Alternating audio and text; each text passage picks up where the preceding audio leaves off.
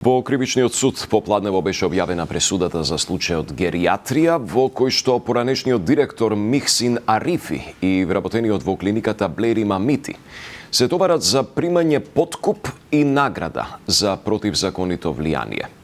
Пред судот е Михајло Видимлиски, во живо го имаме во вестите, па Михајло повели да чуеме колкава е казната и кои се аргументите. Така е, Борче, пред малку овде во Скопскиот кривичен суд беше изречена казната за Мухсин Арифи, поранешниот директор на геријатриската болница. Тој доби 4 години затвор, откако судот го прогласи за виновен, а се товареше за примање подкуп. Другиот обвинет, Блери Мамити, пак се товареше за примање награда за противзаконито влијание. Исто така беше прогласен за виновен и доби 1 година и 10 месеци затвор. Судот ги прогласи за виновни. Судијката Валинка Давидкова, образложувајќи ја пресудата, рече дека повеќето од аргументите на обвинението, односно на обвинителството, се прифатени.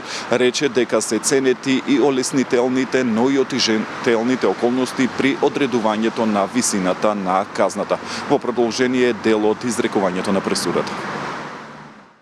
Судот, согласно овие цитирани одредби и одредбите од член 3, 4, 7, 29, 30, 31, 32, 33, 35 и 39 од КАЗе, обвинетиот Мухсин Арифи го осудува на казна затвор во трајање од 4 години, во која казна му се засметува и времето поминато во притвор, а обвинетиот Блери Мамити го осудува на казна затвор во трајање од 1 година и 10 месеци, во која казна му се засметува времето поминато во притвор.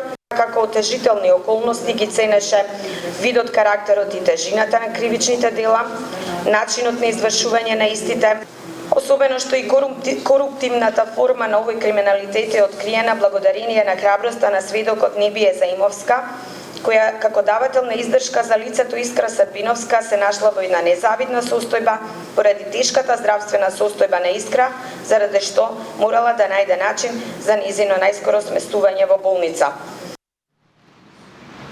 Борче, инаку според обвинението, поранешниот директор на геријатрија Мухсин Арифи побарал имот на корист од 20.000 евра за да овозможи прием на пациентка во тешка здравствена состојба, додека Амити, пак кој што претходно го познавал сведокот, како што наведе од обвинителството, се понудил да просредува и ја примил паричната сума, при што при апсењето бил фатен со парите на самото место.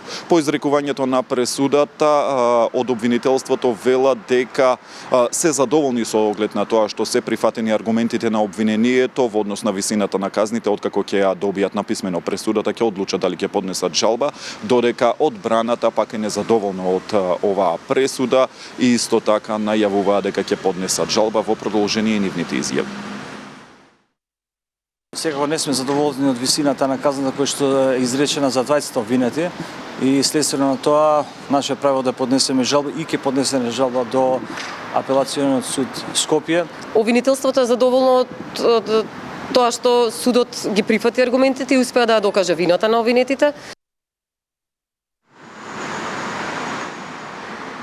Так, осудениот поранешен директор и понатаму останува во притвор. Тој досега беше во притвор, иако неговиот адвокат побара да се укине притворот, сепак судот го прифати барањето на обвинителството и тој понатаму останува во притвор до правосудност на пресудата. Студио Михајло Видимлиски за казните и пресудата во случајот геријатрија ти благодарам.